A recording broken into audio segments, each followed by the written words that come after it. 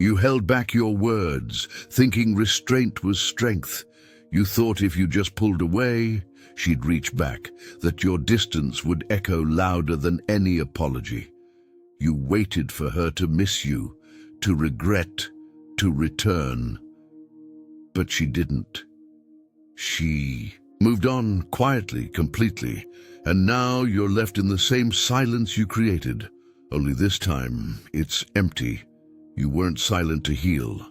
You were silent to be heard. And now, the only voice you hear is your own. Punchline. You didn't lose her when she walked away. You lost yourself when you stopped showing up. In this video, we're going to face something most men never admit, that sometimes silence isn't strength. It's a shield, a way to feel powerful when you actually feel powerless. You went quiet, hoping she'd notice, hoping she'd miss you. But instead, she moved on, and now you're stuck in the space between what you expected and what really happened. This matters, because healing won't come from hiding. It comes from understanding what your silence was really saying about you, and who you're ready to become without needing her to hear it. Comment, I don't chase what walked away.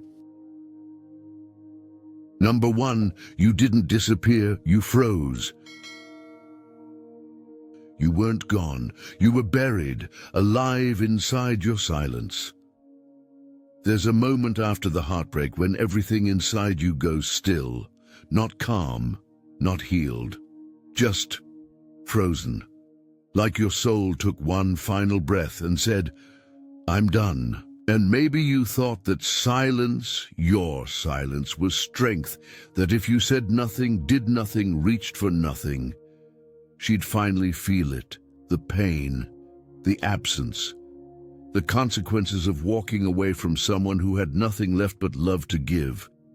But the truth is, you weren't punishing her, you were protecting yourself, because the kind of pain that opens you up, that cracks your chest and pulls your heart through, it's not something you knew how to hold, so you shut down. Emotionally, physically, spiritually, you disappeared without moving an inch. That wasn't strategy, that was survival. You weren't calculating, you were collapsing. No texts, no calls, no closure, no chaos. Just the haunting hum of nothingness, your new armor. But silence is not strength when it comes from fear. It's not power when it's a mask. And what you called masculine detachment was really emotional paralysis. See, somewhere deep in your wiring, you learned that feeling is dangerous, that showing sadness is weakness, that reaching out means surrender. So instead of breaking, you froze. Instead of crying, you clenched. Instead of loving yourself through the loss, you locked the doors and threw away the key. And yet, she moved on, while you stood still, not because she didn't care, but because she couldn't stay frozen with you. That's the cruelty of it, isn't it? You go silent hoping they'll pause their life to feel your absence, but all they feel is that you're no longer in it, and the world keeps spinning without you. But here's what most men never realize. Freezing doesn't keep you safe. It just keeps you stuck. You weren't healing in the silence. You were hiding. And what hurts isn't just that she's gone. It's that the version of you who needed her so badly never got to speak, never got to cry, never got to feel it all the way through. You thought emotional stillness made you strong, but real strength is staying soft in the storm. It's standing there, cracked open and saying, this hurts and I'm still here. Because power isn't in how well you vanish. It's in how deeply you can show up for yourself, even when no one else does. So don't mistake your silence for clarity. Don't wear your emotional freeze like a crown. That wasn't your awakening. It was your armor, and now you're ready to set it down because you didn't go quiet to hurt her. You went quiet because no one ever taught you how to stay and feel, and now you will. Comment, I feel it now, and I'm still here. Subscribe if you're done using silence to survive and ready to start using presence to heal. Number 2, control is not closure. You didn't need space, you needed her to feel your silence like a punishment. Let me ask you something. Quietly, honestly, was it really peace you wanted, or was it power? Be honest with yourself. You pulled away. You withdrew. You turned off the noise and sat in the silence, not because you were calm, but because you were furious, not because you were healing, but because you were hurting. And this was how you made her feel it.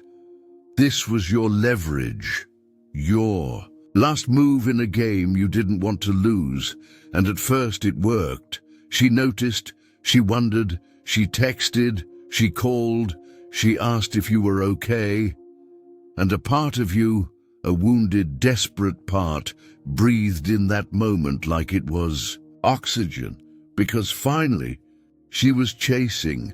But the truth, you weren't after peace, you were after control, and control is brittle. It only lasts as long as they care. It shatters the moment they stop waiting for you to come back. Because here's the harsh truth, brother. Silence isn't a weapon unless someone's still listening. And the second she realized your quiet wasn't growth, it was manipulation. She stopped listening. You thought you were the one holding the pen, writing the narrative, guiding the story to end on your terms, but needing to control the story is the surest sign you haven't accepted the ending. You told yourself you were giving things space, but space implies breath. What you gave her was punishment. You weren't stepping back with love. You were stepping out with pride. See, real space is sacred. It's where people grow, where clarity lives. But what you were holding on to wasn't space. It was silence with an expectation. Absence with a hook in it, a vacuum you hoped she couldn't survive without filling. And maybe at some point it worked. Maybe she did run back before. Maybe your withdrawal used to break her resolve. But not this time. Because this time, she chose herself. And you never saw it coming, because you thought holding back meant holding power. But control is a cage. And every time you try to hold someone tighter, they stop being someone. They become something, an object, a reaction, a puppet in your unresolved drama. You didn't love her in that silence. You needed her to respond to it. You weren't looking for closure. You were hoping for correction. You didn't want her to understand. You wanted her to return, and now she's gone. And what you're left holding isn't power, it's ashes. Ashes of a story you tried to shape, control, rewrite, instead of release. Here's what the Stoics would tell you. A man who accepts what he cannot control becomes unshakable. A man who releases what has already ended becomes free. And right now you're not in pain because you lost her. You're in pain because you lost your grip. You clung so tightly to the illusion of being in control that when it slipped through your fingers, it shattered what little peace you had left. But hear this deeply. Closure doesn't come from her. It never did. Closure comes the moment you stop needing to be right, to be wanted, to be answered. Closure is surrender, not defeat. Just surrender. You didn't need space. You needed her to chase your absence. But now you don't need that anymore. You need stillness. You need truth. You need you. Let her go. Let the story end. Let the silence be yours now. Not as a strategy, but as a sanctuary. Comment, I release the need to control. Subscribe if you're done with mind games and ready to find peace that doesn't depend on anyone else. Number 3, she moved on because she had to. She didn't walk away to punish you. She left to return to herself. There's a moment when the silence stretches so long it turns into something else. Not peace, not space, but a question. Haunting, echoing question every man hears after she's gone. Why didn't she wait for me? You weren't ready. You were hurting. You were trying to figure it all out in your own way, in your own time. And somewhere, deep down, you thought she'd still be there when you came back. You thought if you kept just enough connection, dropped just enough signals, she'd pause her healing, stall her growth, and hold out hope. Because if she stayed waiting, then maybe, just maybe, you weren't too late. Maybe you were still wanted, but she didn't wait. She moved on. Not suddenly, not selfishly, but slowly, like someone who realized staying still was starting to cost her everything. She waited as long as she could, longer than she should have, through your silence, through your maybe later, through your unread texts and unanswered calls and cold, calculated stillness dressed up as boundaries. She waited through the in-between, the gray zone, the false promises of, just give me time. But then, something inside her broke, or maybe it awakened, and she realized something you hadn't yet, that loving someone who isn't showing up is a form of self-betrayal, that waiting on a man stuck in his pain isn't noble, it's self-abandonment, and staying in limbo isn't love, it's slow spiritual erosion. She didn't move on because you weren't worthy. She moved on because she was. She stopped sacrificing her days, her dignity, her dreams, waiting for your return. She stopped begging the ghost of who you used to be to show up for the woman she was becoming. And that wasn't cruelty. That was courage. Because it takes strength to walk away from someone you love, especially when your heart still whispers, maybe he'll change. But hope becomes poison when it keeps you in pain. And here's the part most men miss. Her moving on wasn't a betrayal. It was survival. She chose life over longing. She chose clarity over confusion. She chose to stop dancing in circles with a version of you that wouldn't meet her halfway. And you might say she gave up, but the truth? She gave in to her truth, to her worth, to the knowing that love doesn't look like waiting for someone who's not fighting to stay. This doesn't make you the villain. It just makes you human. You didn't know. You were lost. You thought space would give you answers, but while you were searching for yourself, she found herself and realized she no longer needed to be found by you.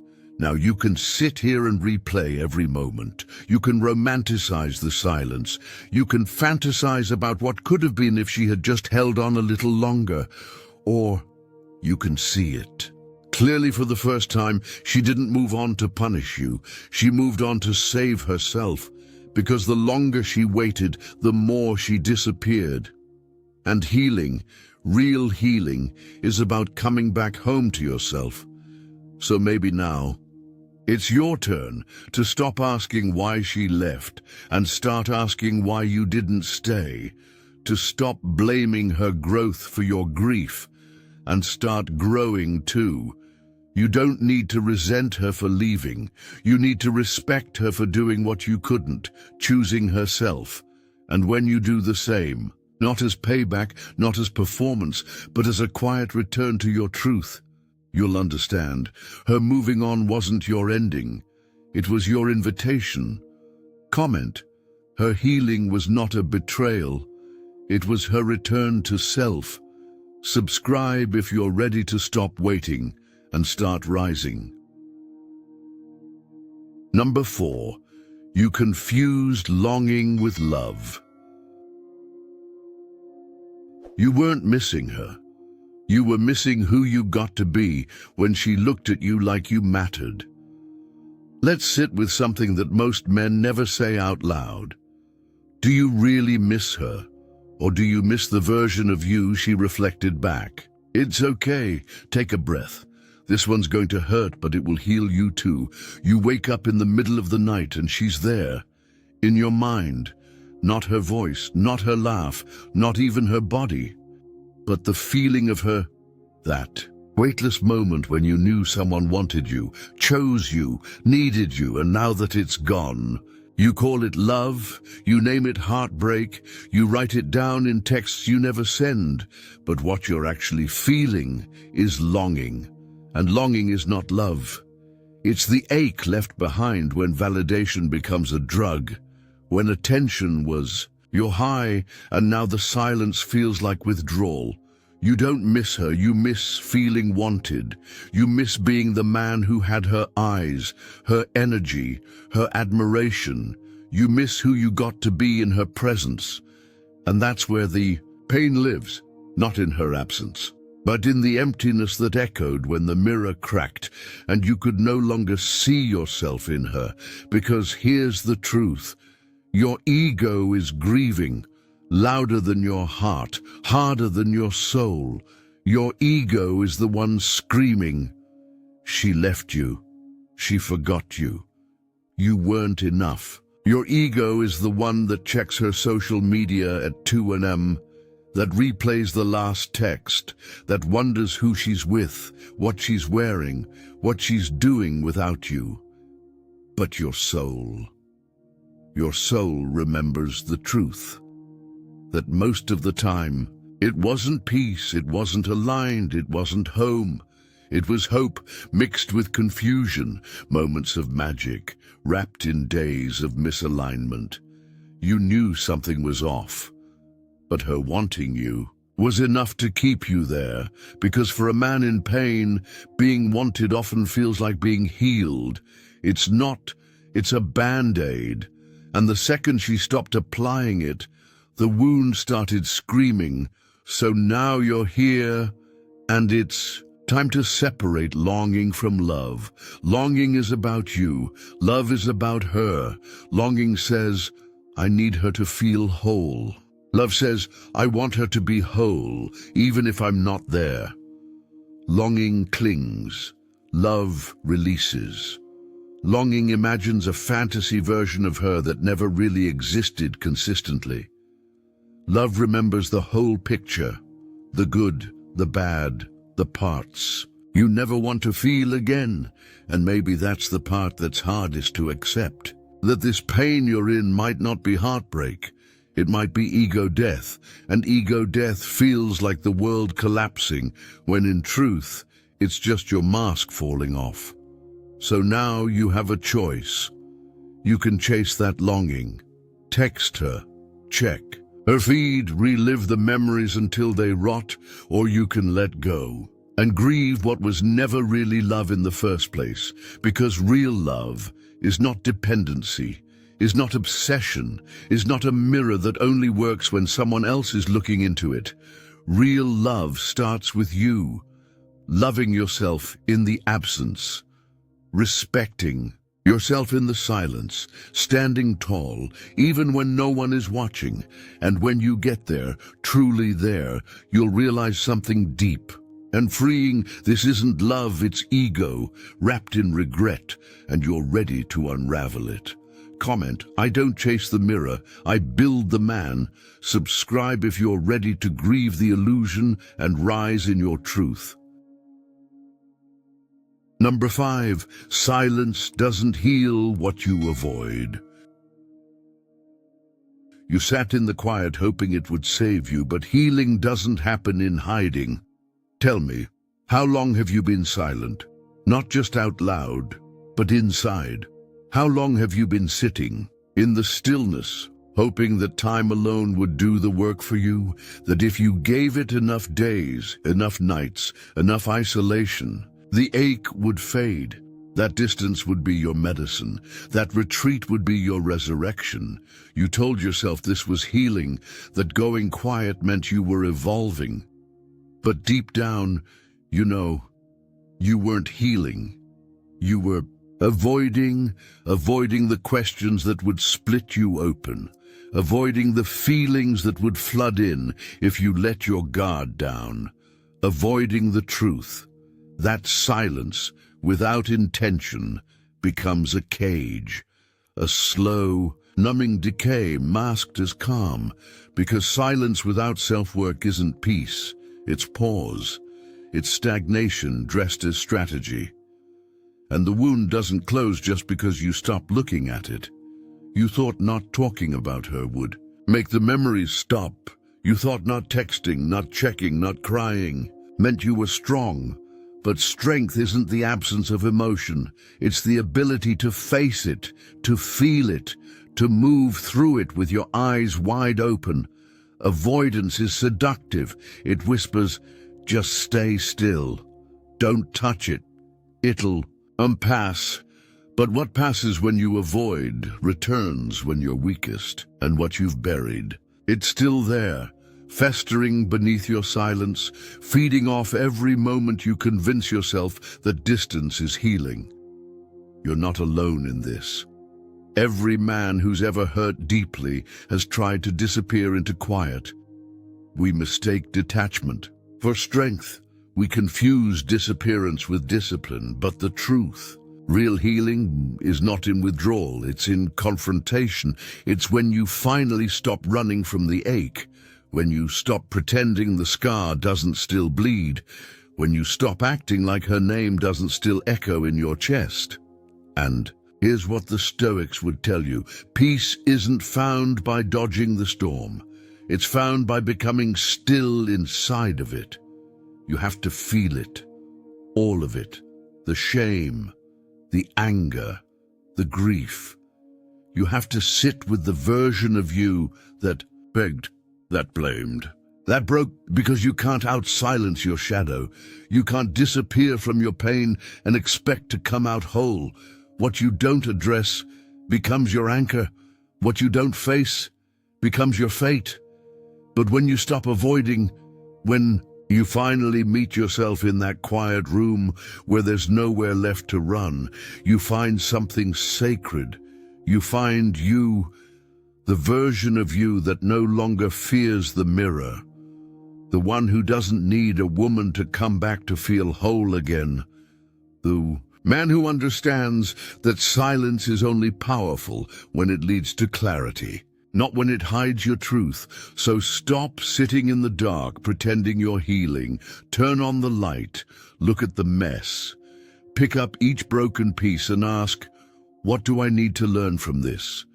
Because when you start asking that, when you bring truth into the quiet, you don't just heal, you rise, comment, I won't hide from the healing anymore. Subscribe if you're ready to face it, not in fear, but with fire. Number 6, she wasn't yours, she was with you. She was never yours to lose, she was her own, and you were lucky just to walk beside her for a while. Let me ask you something, and don't answer fast. Let it land. Did you really love her? Or did you just believe she belonged to you? There's a difference, a big one, and every man who's ever felt the fire of heartbreak knows how thin that line can be. You called her yours, your girl, your person, your peace. But that word, yours, it's dangerous when you don't understand it, because she wasn't a prize, she wasn't a possession, she wasn't a thing to be claimed, held, or kept. She was a person, a storm, a sunrise, a soul on its own path. And for a time, she walked that path with you. She chose you, not because you owned her, but because she wanted to be with you. And that, right there, is the part we forget. We mistake connection for contract. We confuse affection for obligation. We think love means ownership, that if someone gives us their heart, they give us their future. But that's not how it works, not in real love, not in real life. She was never yours. She was with you. And those are two completely different truths. See, ownership says, you can't leave. Connection says, I'm grateful you stayed.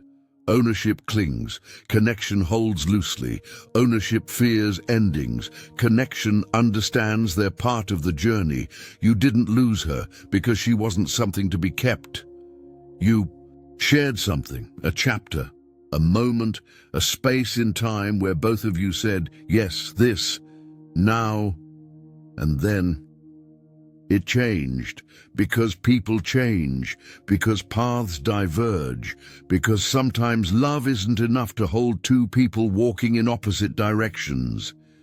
It hurts, I know.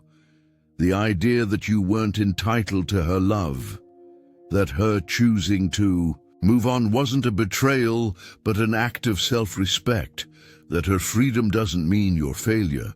But here's where power lives. In the acceptance that you don't need to own what was beautiful for it to have mattered. You think you lost something, but what you actually got was a gift. Her presence, her laughter, her body next to yours in the dark, her voice soft against your wounds, her love for however long it lasted. That was the gift, not something you were owed, something you were offered. And the more you try to own it, the more bitter you become, because what was once sacred becomes tainted by attachment. What was once tender becomes tangled in resentment. What was once real becomes rewritten by ego. So let it go. Not the memory, not the meaning, but the grip. The illusion that she was supposed to stay, that her love was some kind of contract you could enforce through pain, silence, or punishment. She wasn't yours. She was with you.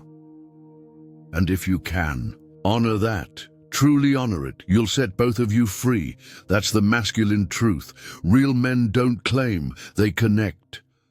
And when the connection fades, they don't chase, control, or cling. They release with dignity, with peace, with a quiet thank you whispered into the past. Because the point was never to keep her. It was to love her while she stayed, and to love yourself enough to let her go when she didn't. Comment, I honor what we had, and I release what no longer belongs to me. Subscribe if you're ready to stop holding and start healing. Number 7, you don't need her back, you need yourself back. You thought you were chasing her, but you were really chasing the man you lost becoming hers. Let me ask you something, and answer slowly, if at all. When did you first stop recognizing yourself? Not the moment she left, not the silence that followed, but way before that.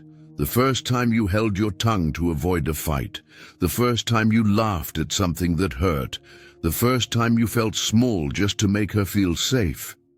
It starts like that, quiet, subtle. You don't notice the drift until you look up and realize the man you used to be is nowhere in the room. You gave pieces of yourself away so slowly you thought you were just compromising, just loving her better, just keeping the peace. But peace at the price of your truth is not peace. It's self-abandonment dressed up like devotion. And now, here you are, grieving. And it feels like grief for her, for the relationship, for what you lost. But underneath that ache is the deeper loss, the quieter wound, the one most men never speak of. You don't miss her, you miss you. You miss the fire in your chest, the clarity in your gut, the certainty in your steps. You miss the version of yourself who didn't bend just to be kept, who didn't fold just to avoid being left. You miss the man who could look in the mirror and say, this is who I am, and I like him, because you dimmed your light, trying to keep her, and when it didn't work, you disappeared to feel powerful again. Silence became your revenge. Distance became your medicine. You tried to make her absence feel like control. But control isn't the cure, and neither is her coming back. You think if she returned, everything would realign, but brother, she could walk through that door right now and kiss your mouth and hold your hand, and you'd still feel hollow, because she can't return what you never gave yourself. That fire, that presence, that self-respect, that's not hers to restore. That's yours to reclaim. No woman can fill the space that your own soul was meant to occupy. So maybe now, this pain is your teacher, this ache your compass, because it's pointing you home, not to her, to you, the real you, the one you left behind somewhere between needing her love and losing your own. You don't need her back. You need you back, the man who speaks with integrity, moves with clarity, loves with depth, but never at the cost of his core. And when you return to him, when you build that foundation brick by brick, you'll look at your past not with bitterness, but with gratitude, because that loss, it wasn't the end. It was the call, the signal, the sacred collapse that forced you to rise, not for her, not for the next one, not to prove anything, but for you. You're not healing to win her back. You're rising to meet yourself again. And that is the quiet, unshakable power of a man who finally remembers who he is. Comment, I'm not chasing her. I'm returning to me. Subscribe if you're done waiting to be chosen and ready to choose yourself. You've punished yourself long enough with silence, with shame, with the story that her leaving meant something was wrong with you. But it didn't. It meant she had her own path, and now so do you. You didn't lose love. You found truth. You didn't get abandoned. You got called back to yourself, to the version of you who no longer begs for closure or proof or permission to heal. You've outgrown the boy who needed to be chosen, and you've stepped into the man who chooses himself again and again and again. So let the silence remain, but let it be sacred now, not strategic. Let it be a sanctuary, not a signal.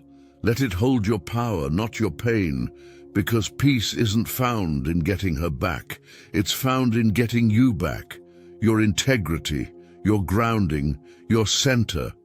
You're not broken.